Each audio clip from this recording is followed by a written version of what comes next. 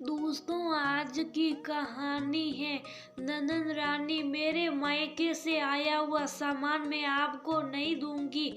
दोस्तों, कहानी शुरू करने से पहले अगर आपने चैनल को सब्सक्राइब नहीं किया हो तो कर लीजिए ताकि आपके पास पहुंच सके हर नया वीडियो।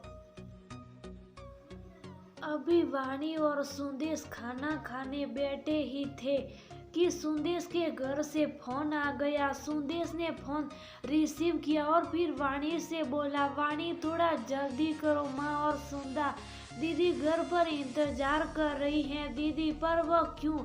मैं तो उनसे मिलकर आ चुकी हूँ ना, और राखी भी हमने बंधवा ली है। सुबह से उनकी शादी तो थी, फिर वह क्यों इंतजार कर रही हैं? उन्हीं के कहने पर तो आए थे। वाणी ने एक साथ कितने सवाल दाग दिए।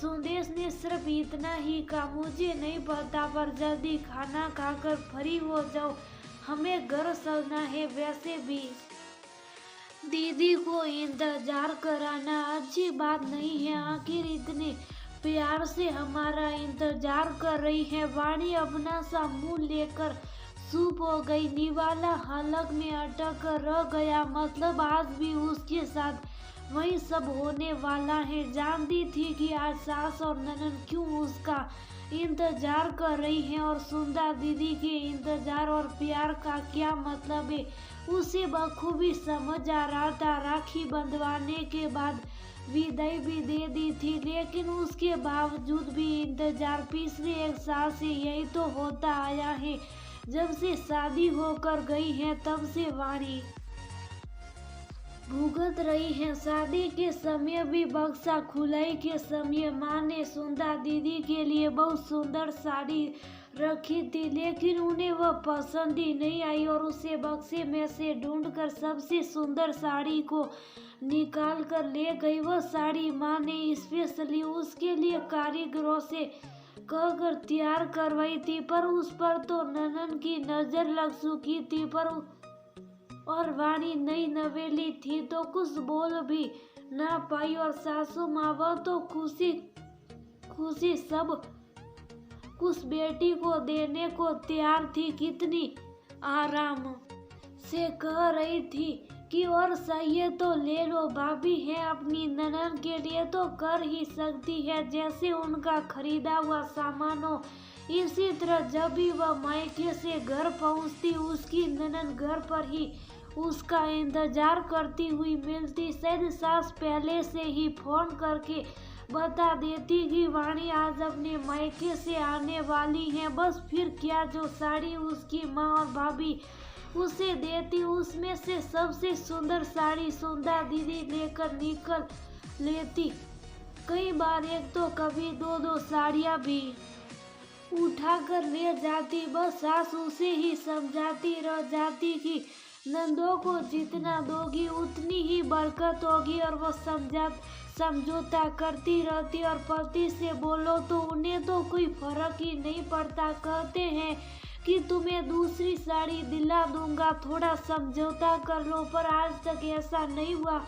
बीवी को तो ऐसे ही बेवकूफ बना देते हैं। आखिर उनकी जेब के पैसे थोड़ी ना खर्च हो रहे हैं। एक साल से उसकी कई साड़ियां ननन के हाथों उसके लालच की बल्ली सड़ चुकी थी। वाणी के ससुराल आने के बाद से ही सासू माँ ने तो बाजार से साड़ियाँ खरीदना ही बंद कर दी। एक दो साड़ी वाणी के लिए खरीद कर लाई थी, तो वह भी ज्यादा से यहाँ 500-600 रुपये की थी। जब वाणी ने प्रश्नवाचक नजरों से देखा तो कह दिया कि तेरे पास अभी क्या कमी है, नई नई शादी हुई है तो हैवी साड़ियाँ तो तेरे पास खूब है। नई नई शादी हुई थी तो माँ और भाभी भी देने में कमी नहीं रखती थी, और सुंदरदा दीदी उनकी तो सारी उंगलियां ही घी में थी, इसलिए जब भी आती वाणी की साड़ियां लेकर ही जाती। ये भी नहीं सोचती थी कि उस पर क्या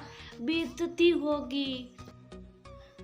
वाणी और सुदेश ने फटाफट अपना खाना खत्म किया और इधर माँ ने अपनी तरफ से 5 साड़ियाँ विदाई में दी। साथ ही भाभी ने भी साड़ी दी। सारी साड़ियाँ उसकी पसंद की थी, जो अभी पिछले सप्ताह ही वह आकर माँ के साथ बाजार जाकर खरीद कर लाई थी। खासकर वह पीली साड़ी माँ ने स्पेशल ऑर्डर देकर बनवाई थी। पूरे 5,000 की थी। पता नहीं क्यों वाणी से मन में थक थक मची हुई थी। आज यही साड़ी भेंट सजने वाली है। कार में बैठी बैठी उसके मन में यही उधेड़-बुन चल रही थी। घर आते आते आखिरकार मन ही मन कुछ फैसला लिया और सारा सामान लेकर अंदर गई। देखा तो ननन वही हॉल में सोफे पर बैठी उसका इंतजार कर रही है। उनकी आवाज सुनकर सासू माँ भी दौड़ी चली आई। अरे तुम लोग आ गए, कितनी देर हो गई तुम्हारा इंतजार करते हुए। घर से कितने कॉल तो आ चुके, ये ननने भी ना पता नहीं क्यों मेरा इंतजार कर रही है। ननन ने वाणी के बैग की तरफ लालच से देखते हुए कहा। इतने में सासू माँ भी बोली, ला बहू दिखा तो सही, तेरी मम्मी ने इस बार कैसी साड़ियाँ दी है।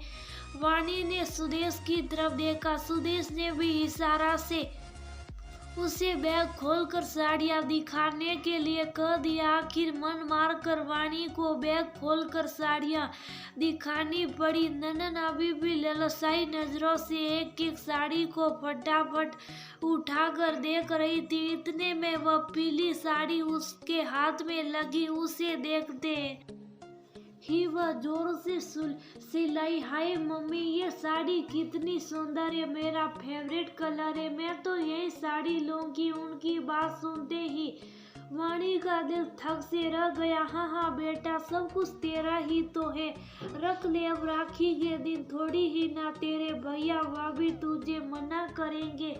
सास ने भी सासनी में लपेटकर अपने शब्द बोल दिए। वाणी ने सुदेश की तरफ आशा भरी नजरों से देखा तो पति भी नजरें नीची कर सोफे पर एक तरफ जाकर बैठ गए। इधर सुंदर दीदी वह साड़ी अपने बैग में रखने को ही थी कि इतने में वाणी ने उनके हाथ से वह साड़ी ये कहते हुए ले ली। दीदी, ये साड़ी तो मेरी मम्मी ने स्पेशली मेरे लिए बनवाई है, और रही बात विदाई की तो आपके भाई आपको दे चुके हैं। कहते कहते ही वाणी ने सारी साड़ियाँ समेटी और लेकर अपने कमरे में चली गई। उसके द्वारा किए गए व्यवहार की किसी को भी उम्मीद नहीं थी। वाणी ने अभी जाकर साड़ियाँ अपने कमरे में रखी ही थी कि पीछे पीछे सुदेश, सासू माँ और सुंदरा दीदी भी आ गए। आते ही सासू माँ बोली, ये क्या बहू, तूने सुंदरा के हाथ से वह पीली साड़ी क्यों ले ली?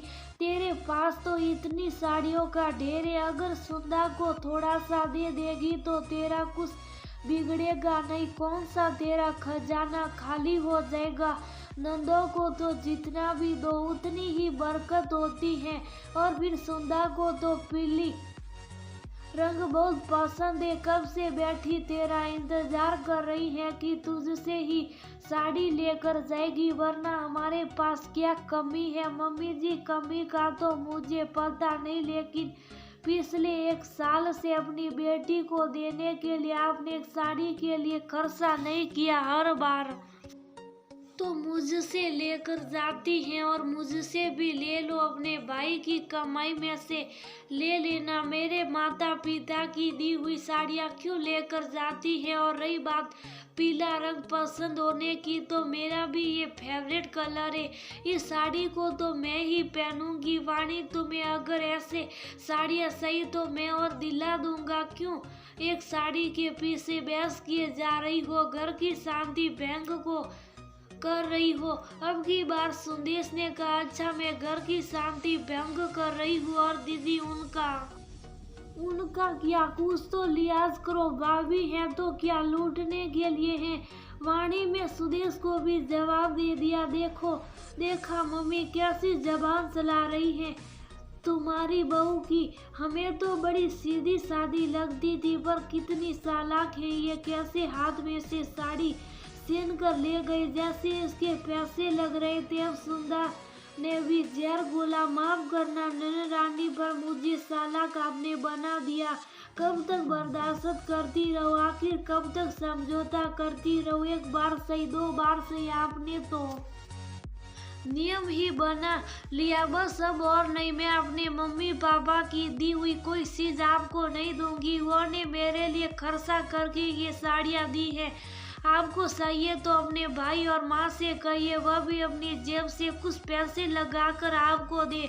मेरे मायके में सामान मुफ्त में नहीं आता, उन लोगों के भी पैसे लगते हैं। मेरी साड़ियाँ फ्री में नहीं आती है। आखिरकार वाणी का ये रूप देखकर आगे किसी से कुछ कहने की हिम्मत नहीं हुई। कुछ दिनों तक किसी ने वाणी से बात नहीं की। सबको उम्मीद थी कि वाणी माफी मांगेगी, पर ऐसा कुछ नहीं हुआ। आखिरकार धीरे धीरे सबको समझ में आ गया कि बहू अब झुकने को तैयार नहीं। हाँ, सालक बहू का तमगा जरूर मिला, पर इसका फायदा ये हुआ कि आने वाले वक्त में वाणी के माता पिता की दी हुई साड़ियों पर कोई नजर नहीं रखता।